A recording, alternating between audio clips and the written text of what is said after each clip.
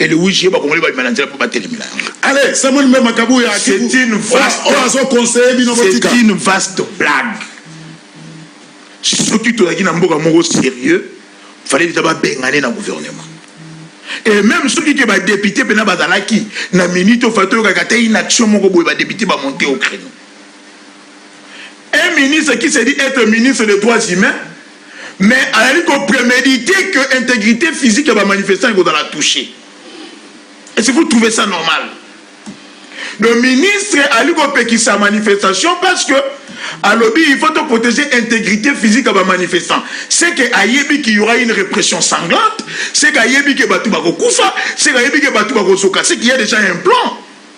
Bisous, tu reçois la déclaration de la Human Rights Watch, tu la Union Européenne, tu la Nations Unies. Maramonion surtout le 8 juillet dans la Moutouna.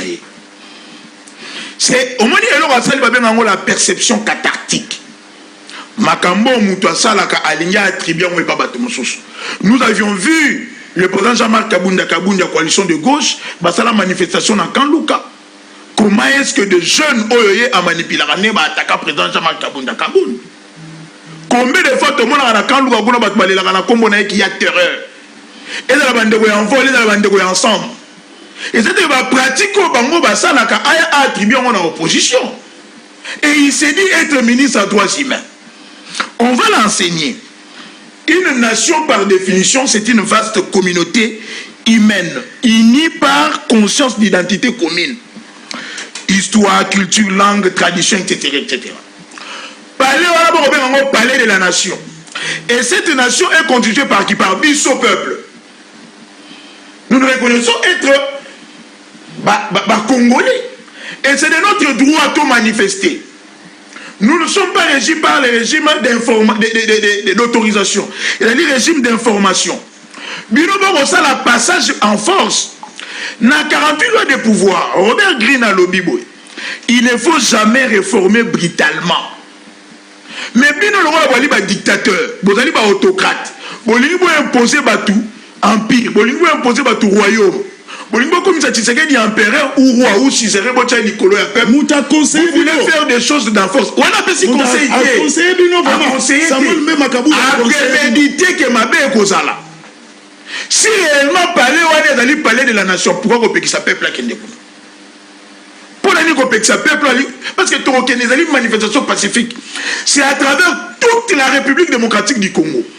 Ezala bato bakufa, ezala biso twana bomoi, tokotelema pour que tobunda démocratie etikala na mboka. Demos Kratos. Tokotelema pour que toboya dictature. Tokotelema pour que Tshisekedi etikala président à vite.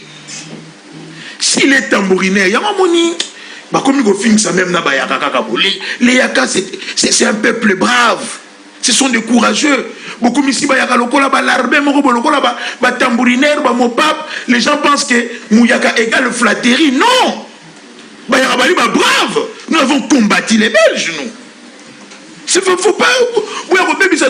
La réputation de toute une communauté parce que vous avez un intérêt dans un régime.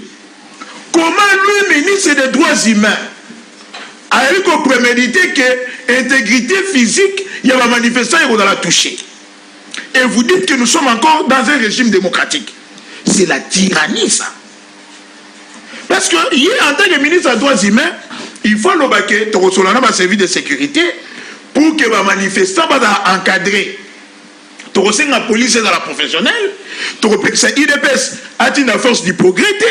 L'armée. Parce que l'armée est allée à la politique. Parce que le peuple s'est levé et lobby.